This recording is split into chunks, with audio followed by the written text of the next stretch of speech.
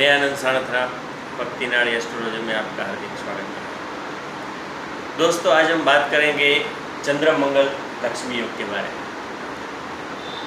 हालांकि ज्योतिष शास्त्र में कई तरह के लक्ष्मी योग बताए गए हैं, लेकिन इसमें सबसे शीर्ष क्रम का लक्ष्मी योग अगर देखें तो ये चंद्र मंगल से बनता लक्ष्मी योग आप देख सकते हैं। दोस्तों, ज्योतिष शास्त्र एक ऐसा शास्त्र है कि आप खुद अपनी कुंडली में इसके नियमों को अप्लाई करके आप खुद देख सकते हैं कि लक्ष्मी योग चंद्र मंगल का कैसे बन सकता है।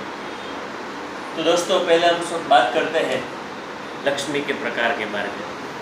हालांकि आपको समझाने के लिए मैंने थोड़े पॉइंट्स लिख के दिए हैं। लक्ष्मी के प्रकार, हालांकि आज के समय में हम सब लोग भौतिक संपदा यानी लिक्विड मनी और उसको लक्ष्मी मानते हैं, लेकिन शास्त्रों में ऐसा लिखा गया है कि लक्ष्मी के 8 प्रकार हैं। पहला देखें तो आदि लक्ष्मी। तो आदि लक्ष्मी यानी भगवान ऋषि भृगु की पुत्री, उसको आदि लक्ष्मी हम मान सकते हैं। दूसरी हम देखें धन लक्ष्मी। तो धन लक्ष्मी में हम लिक्विड पैसा और गोल्ड, उसको हम धन लक्ष्मी मान सकते हैं। उसके बाद देखेंगे धान्य लक्ष्मी। तो धान्य लक्ष्मी मतलब जैसे हो गए अनाज, जिसको हम लक्ष्मी मानते हैं।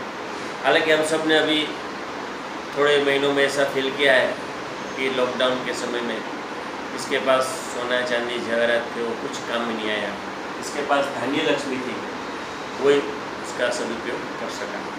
तो अनाज को हम धान्य लक्ष्मी समझ सकते हैं। उसके बाद देखें तो गज लक्ष्मी।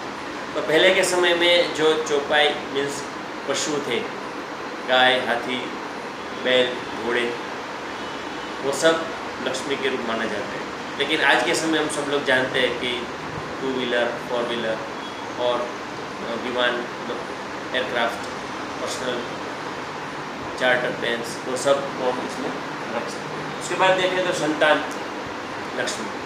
संतान का मतलब हम कोई भी संतान हो, जेंडर में भेदभाव नहीं कर सकते, पुत्र पुत्री कोई भी संतान हो वो भी लक्ष्मी मानी गई। उसके बाद देखें तो वीर लक्ष्मी। वीर लक्ष्मी का मतलब हो गया कि आदमी का एफर्ट्स लगा के पराक्रम जो कर सकता है और उसके बावजूद जो उसको खुशी मिलती है, नामना मिलती है, तो उसको वीर लक्ष्मी।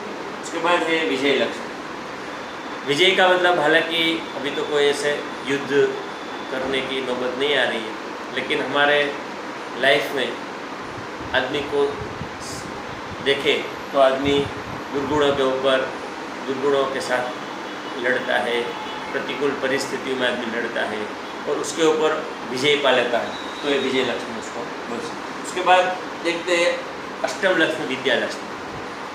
हम सब लोग जानते हैं कि ये ज़माना एजुकेशन का है, ज्ञान का है। तो जितना आदमी ज़्यादा पढ़ा लिखा होगा उतना वो अपनी ज़िंदगी सुकून से धन अर्जित कर सकेगा, नामना अर्जित कर सकेगा। तो ये अष्टलक्ष्मी के प्रकार मैंने आपको समझाने का प्रयत्न किया। शास्त्र में दूसरी 5 उपलक्ष्मी के प्रकार भी बताया। जैसे सबसे पहला है स्वास्थ्य लक्ष्मी। अगर आपके पास कितना भी धन हो, संपदा हो, लेकिन आपका शरीर सही नहीं रहेगा, स्वास्थ्य आपका अच्छा नहीं रहेगा, तो ये सब लक्ष्मी आपके लिए बेकार है। तो आपको स्वास्थ्य आपका अच्छा होना चाहिए। उसको पहलू सुख, हमारे बोलते हैं कि पहला सुख है वो सभी रोगी कायम। दूसरा है ऐश्वर्य लक्ष्मी, जो हम लिक्विड मनी और हमारी जो प्रॉपर्टी है उसको हम उसमें देख सकते हैं। उसके बाद आता है राज्य लक्ष्मी, यानी हर एक आदमी सरकार से लाभ पाने की इच्छा लिए रखता है, तो सबको यह गवर्नमेंट का लाभ नहीं मिल सकता। हालांकि कुंडली में कई ऐसे योग बनते हैं, तब आदमी को गवर्नमेंट का लाभ मिल सकता है। तो गवर्नमेंट की कृपा भी आदमी के ऊपर अगर रहती है तो उसको राज्य लक्ष्मी बोल सकते हैं। उसके बाद देखते हैं नंबर 4 सौभाग्य लक्ष्मी, यानी अच्छी पत्नी का सुख मिलना। ये भी आदमी के पूर्व जन्म के हिसाब से और ग्रहों की परिस्थिति के हिसाब से आदमी को मिलता है, तो उसको सौभाग्य लक्ष्मी बोल सकते हैं। लास्ट में देखें वराह लक्ष्मी, यानी स्वच्छता। आदमी का दिल कितना साफ रहता है और आदमी के विचार अच्छे होने चाहिए, तो उसको भी एक उपलक्ष्मी के प्रकार में बताया गया है। अब हम बात मेन टॉपिक पर आते हैं, चंद्र लक्ष्मी योग। आपको समझाने के लिए मैंने एक काल पुरुष की कुंडली है वो आपके सामने मैंने रखी है।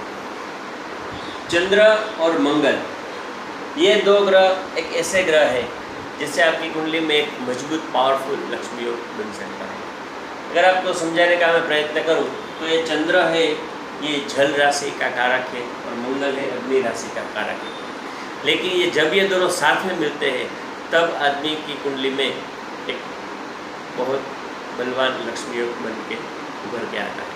तो ये कौन कौन सी स्थिति में बनता है ये मैं आपको समझाने का प्रयत्न करता हूँ। अभी देखते हैं कि कुंडली में कोई भी स्थान में ये दोनों साथ में हो। जैसे मैंने आपको बताया प्रथम स्थान में चंद्र मंगल साथ में हो, चतुर्थ में चंद्र मंगल साथ में हो, सप्तम में चंद्र मंगल साथ में हो और दसम में चंद्र मंगल साथ में हो,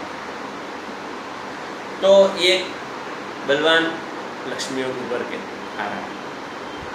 अभी हम इसको राशि में भी देख सकते हैं कि चंद्र है वो वृश्चिक राशि में नीचस्थ हो जाता है और मंगल है वो कर्क राशि में नीचस्थ हो जाता है, यानी अपनी नीच अवस्था में आ जाता है। हालांकि अगर हम देखें कि ये एक जो योग बना हुआ है इसमें मंगल है अपनी नीचस्थ राशि में है, और अगर इधर हम सब देखें कि इधर चंद्र मंगल का योग बना हुआ है तो चंद्र अपनी नीचस्थ राशि में है। अगर ऐसा योग बनता है तो इस लक्ष्मी योग का बल कम हो जाता है। हालांकि ज्योतिष शास्त्र में देखें तो ये छठा स्थान, आठवां स्थान और 12वां स्थान, ये तीनों स्थान बेहद कमजोर और दुख स्थान माने गए हैं। अगर इस स्थान में चंद्र मंगल का योग बनता है तो ये लक्ष्मी योग माना जाएगा, लेकिन इसकी बल देने की क्षमता बहुत कम हो जाएगी, 20 या 25% हो जाएगी। तो आप समझ सकते हैं कि कुंडली में चंद्र मंगल अगर साथ में हो तो एक लक्ष्मी योग माना गया है। तो ऐसा तरह का आदमी ज़्यादातर अपने परिवार में थोड़ा उसका विचार भेद हो जाता है, माता या बहनों के साथ थोड़ा संघर्ष हो जाता है। हालांकि ऐसा आदमी अगर पानी जिधर हो, जैसे कोई पानी के पास कोई से शहर बसा हो उसमें वो रहता है, अगर उसके पास सिटी के पास कोई तालाब वगैरह पानी का कोई स्रोत है उसके पास अगर ये आदमी रहता है तो उसकी सक्सेस उसको ज़्यादा मिलती है।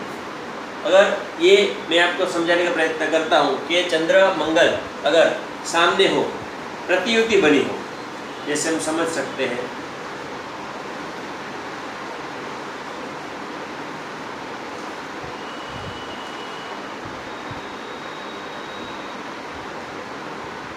इधर चंद्र और इधर मंगल हो, तो ये दोनों ग्रह आपस में एक दूसरे को दृष्टि कर रहे हैं, तो इसको प्रतियुति बोलते हैं। अगर प्रतियुति भी एक दूसरे के सामने हो तो भी इसको चंद्र मंगल का लक्ष्मी मान सकते हैं। तो इसके फलस्वरूप हम सब देख सकते हैं कि आदमी के पास अच्छा लिक्विड मनी, अच्छी प्रॉपर्टी और अच्छी आय के स्रोत बनते हैं। आदमी के पास कभी पैसे की कमी नहीं रहती। हाँ, हालांकि उसकी माता के साथ, परिवार के साथ थोड़ा उसको संघर्ष और तनाव ज़्यादा बना रहता है, और आदमी को अपने लाइफ में परिवार से इतना सपोर्ट नहीं मिल सकता।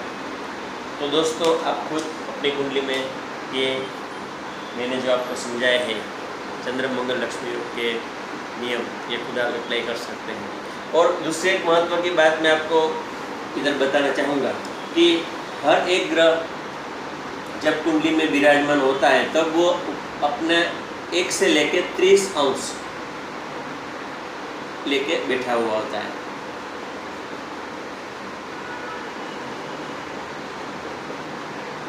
ये जो आप जन्म कुंडली देख रहे हैं, ये एक स्थान 30 अंश का हम मान सकते हैं। तो ऐसे 12 स्थान मिला के हो जाता है 360। तो कोई भी ग्रह आपकी कुंडली में बैठा हो, जैसे चंद्र मंगल बैठे, तो इसमें हम समझ सकते हैं कि चंद्र की डिग्री 2 है और मंगल की डिग्री 5 है। तो यह पूर्ण रूप से चंद्र मंगल का लक्ष्मी हो गया।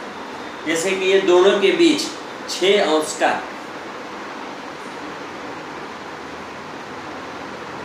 डिफरेंस होना चाहिए। अगर हम समझ लें कि चंद्र 2 अंश का है और मंगल 15 अंश का है, तो हम समझ सकते हैं कि ये चंद्र मंगल का जो योग है, ये योग 6 अंश के अंदर नहीं आता, ये तो उसमें थोड़ा ज़्यादा बढ़ जाता है, तो इसका असर थोड़ा कम हो जाता है। तो दोस्तों, मैंने आज आपको ये समझाने का प्रयत्न किया है कि चंद्र मंगल लक्ष्मी योग कुंडली में कैसे बनता है और उससे आदमी को क्या फ़ायदा मिल सकता है, उसके क्या प्लस पॉइंट, उसके माइनस पॉइंट है। अगर आप खुद चाहे तो अपनी कुंडली में देख सकते हैं। अगर आप उनसे कंसल्ट करके अपनी कुंडली का एनालिसिस करवाना चाहें तो आप एनालिसिस करवा सकते हैं। तो डिस्क्रिप्शन बॉक्स में मैंने खुद का नंबर डाल दिया है। अगर आप चाहें तो ये योग के ऊपर या कोई भी आपका क्वेश्चन हो, उसका आप सॉल्यूशन और हमसे ले सकते हैं। तो दोस्तों, मिलते हैं फिर ऐसे ही अगले वीडियो में जो आपके लिए ज्ञानवर्धक हो और आपकी ज्ञान को बढ़ाए। तो दोस्तों, आप ये जानकारी आपको अच्छी लगी हो तो आप अपने दोस्तों के साथ उसको शेयर कर सकते हैं। नमस्कार।